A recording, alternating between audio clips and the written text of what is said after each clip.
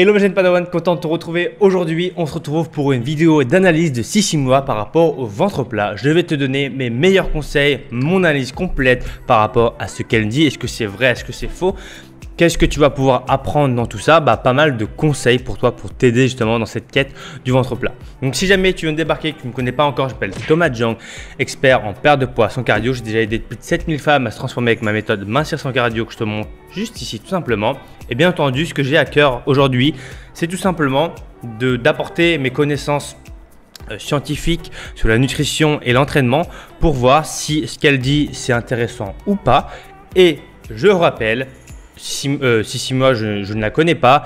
Ce qu'elle fait de manière générale, c'est vraiment hyper intéressant et je peux pas dire que c'est de la merde parce que je sais ce que c'est de créer du contenu régulièrement, de faire des choses, etc. Je donne juste mon avis professionnel par rapport aux conseils qu'elle va donner et non sur sa personne. Pour moi, ça n'a aucun intérêt de critiquer quelqu'un sur sa personne. C'est vraiment un truc un peu de lâche. Mais voilà, mon but c'est vraiment de donner un avis tranché. Et bon, on verra ce qu'il en dit dans la vidéo. Et bien entendu, si tu veux des exemples ou si tu veux d'autres vidéos sur ce sujet-là, n'hésite pas à me le dire dans les commentaires. Je me ferai un plaisir de faire d'autres vidéos comme ceci. Donc voilà, pour la petite aparté, on se tient prêt, pardon. Pose-toi tranquillement, prends un petit café, un petit thé et nous on y va. C'est parti. Donc on va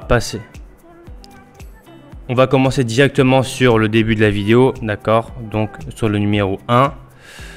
Le numéro 1.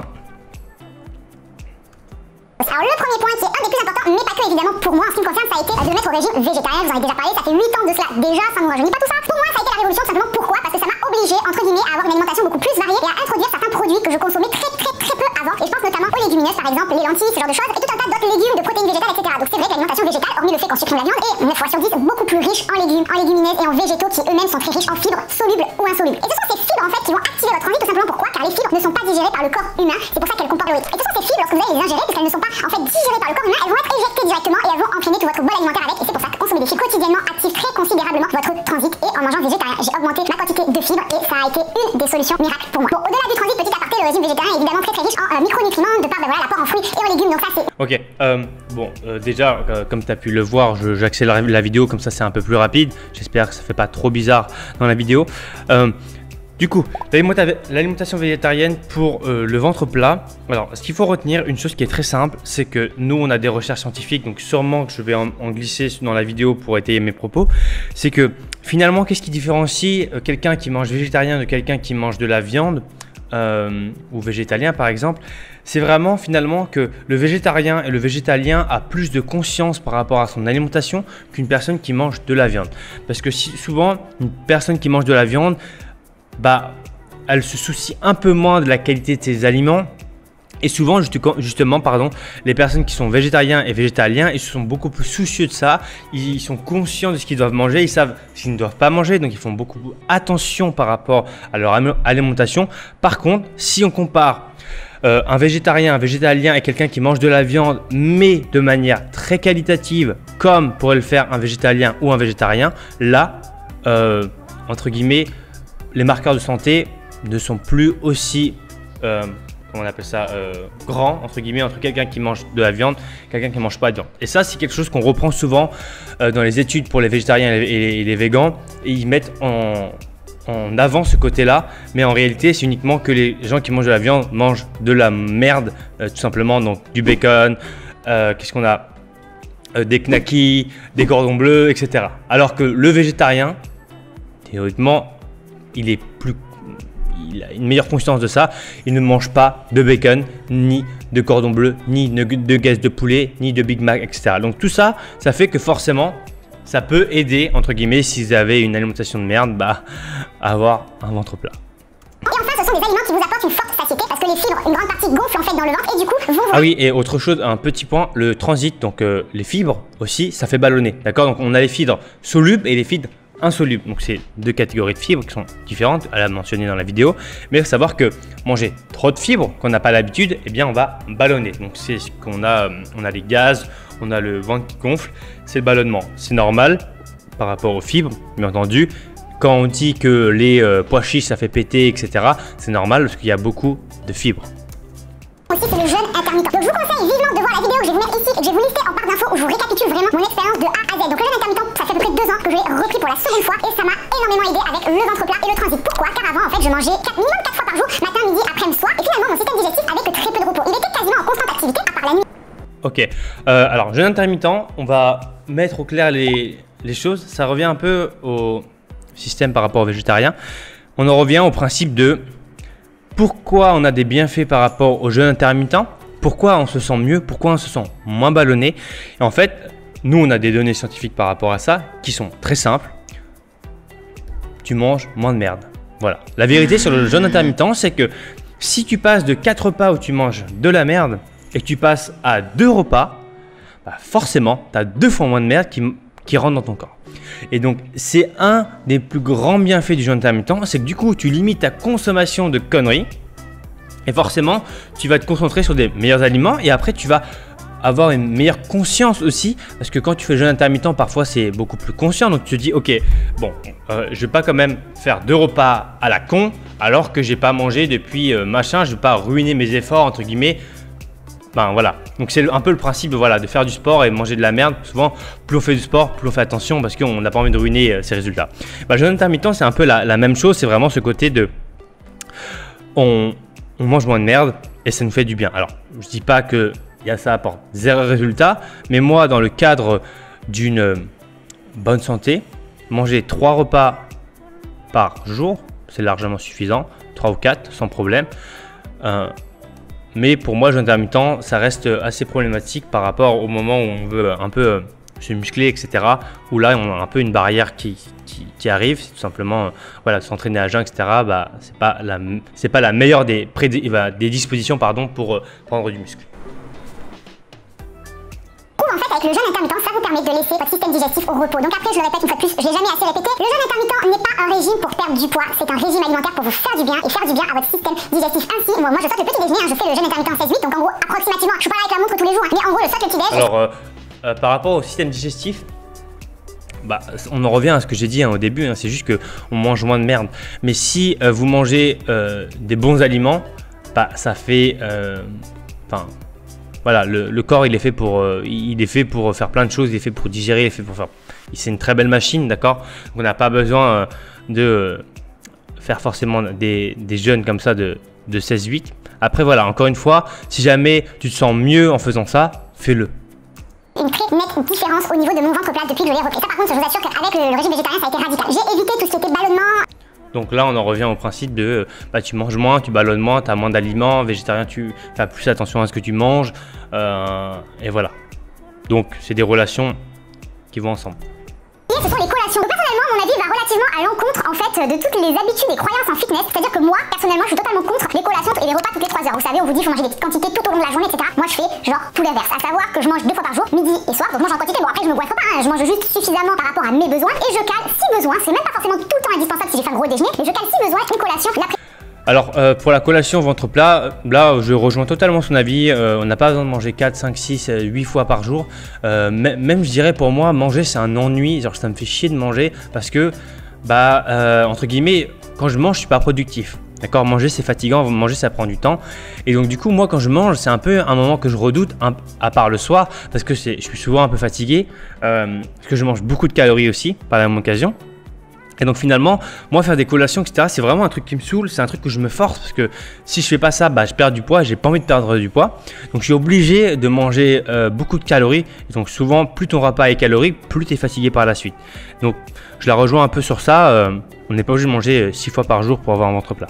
Un point que j'ai constaté récemment, c'est la réduction du gluten. Alors c'est vrai que je suis pas du tout dans un mood d'alimentation sans gluten, à traquer le moindre truc, je suis pas du tout intolérante, ni même sensible au gluten, mais c'est vrai qu'après réflexion avec Kimi, on en a parlé, on mange assez peu riche en gluten, tout simplement parce qu'on mange jamais de pâtes, on consomme uniquement des pâtes de lentilles ou de légumineuses, on n'achète pas de pain, on achète du riz, du quinoa, en fait c'est des céréales qui n'en contiennent pas ou très peu, et un petit peu dans le muesli avec l'avoine, mais vous savez j'en mange pas forcément tous les jours. Donc en fait, j'ai réduit considérablement ces fêtes et j'ai remarqué à une période, pendant le confinement, on s'est remis un peu à manger, on va dire un peu plus traditionnel, on avait mangé des pizzas très régulièrement, du pain, etc. Et j'avais remarqué que j'étais beaucoup plus sujette au ballonnement, et après réflexion avec Kimi, on s'est dit c'est vrai qu'en fait c'était tout simplement parce qu'on réduit.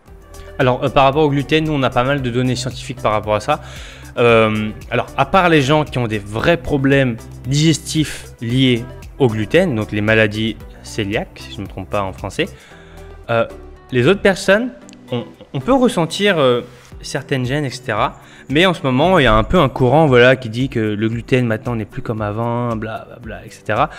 Et la vérité, je vais vous la dire, c'est que le gluten, c'est ce qu'on retrouve dans tous les produits cochons, j'allais dire. Cochonnerie, voilà. Donc les gâteaux, donc souvent les aliments les plus gras contiennent du gluten. Donc les gens font l'amalgame entre le burger, la pizza, le cake et tout simplement des aliments qui contiennent du gluten qui vont pas forcément te faire grossir ou empêcher ton ventre plat. Donc c'est ça en fait parfois qui fait la différence. Maintenant encore une fois, chacun est différent par rapport à soi. Si jamais tu manges du gluten et que tu te sens ballonné, alors peut-être que c'est pas le bon aliment pour toi. Voilà. Maintenant, on est tous différents par rapport à ça, mais les données qu'on a nous sur le gluten montrent que voilà, c'est surtout par rapport au type d'aliment qui contient du gluten. Donc souvent, c'est des cochonneries. Voilà. Cinquième point, et pas des moindres, ce sont les probiotiques. Donc ça, c'est quelque chose qui vous intéresse aussi énormément. Donc je me supplémente régulièrement en probiotiques. Là, ça fait depuis avant le confinement, j'en ai plus et j'ai pas eu l'occasion d'aller à la pharmacie et ça m'était un petit peu sorti de l'esprit, je vous dis la vérité tellement on est occupé. Mais je fais sinon en temps normal des cures très régulières de probiotiques. Donc qu'est-ce que c'est? Les probiotiques sont en réalité des micro-organismes vivants, ce sont des petites bêtes entre guillemets qui sont très bénéfiques pour votre flore intestinale. Ça vous permet d'avoir une flore intestinale en meilleure santé et donc... Alors ça c'est vrai que c'est intéressant, surtout ça peut être intéressant, voilà, surtout si vous avez tendance à vomir, etc. Donc là, c'est un cas un peu différent, mais ou prendre des antibiotiques, là, c'est intéressant de supplémenter par rapport aux probiotiques.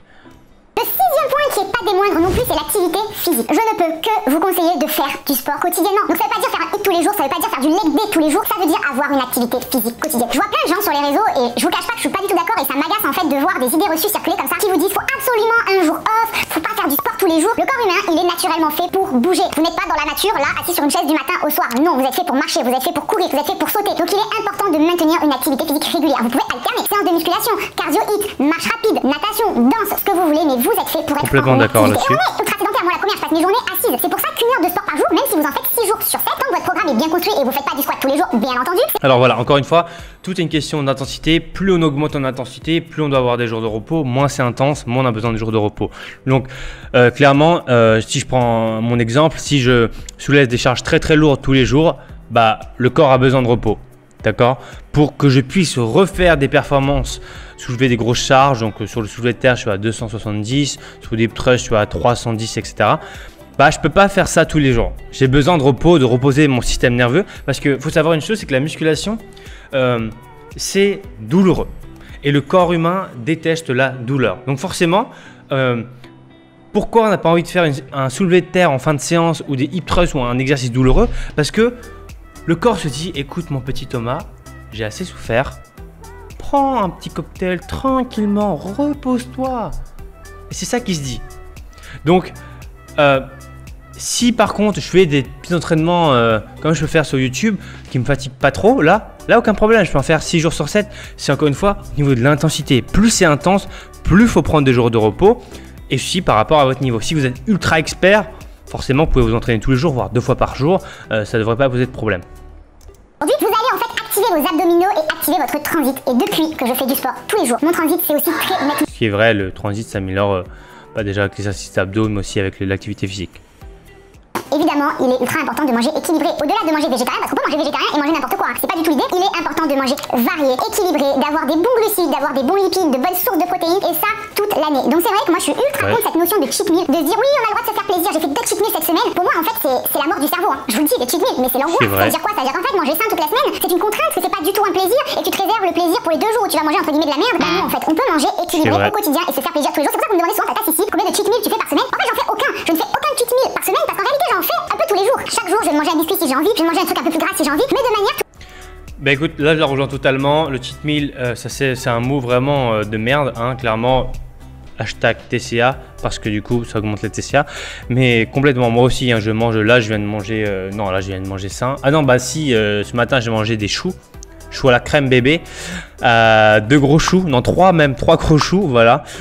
Et je me fais régulièrement plaisir. Voilà, la vie est faite de plaisir, on est là, encore une fois, c'est toute une question de balance. Tant que je prends pas 55 kilos, ça me va. Maintenant voilà, je sais comment ajuster tout ça et ce qui fait que je garde toujours les abdos un peu plutôt dessinés. Donc là je viens de manger, hein, donc je sais pas si ça se voit ou pas, mais bref. Donc finalement, bon, bah, elle donne des conseils qui sont sympas. Hein. Encore une fois, c'est 6 mois. Bon, il y a des fois où ce qu'elle peut dire, en fait, pour une personne qui ne connaît pas, ça peut être intéressant parce que du coup, inconsciemment, de manger végétarien, de faire du fasting, etc., ça va l'aider à avoir un ventre plat. Pas parce qu'elle fait le fasting ou qu'elle devient végétarienne, simplement parce que tu changes ton alimentation. Et c'est ça, en réalité, le plus important dans le ventre plat, c'est l'alimentation et ton niveau de masse grasse, ce que tu manges, voilà. Si tu vas avoir un ventre plat, c'est aussi simple que ça, c'est tout simplement descendre son niveau de masse grasse. Ensuite, bien manger, mais voilà, végétarien, etc., bon, ça va pas faire des miracles, c'est juste, si tu y crois, tant mieux.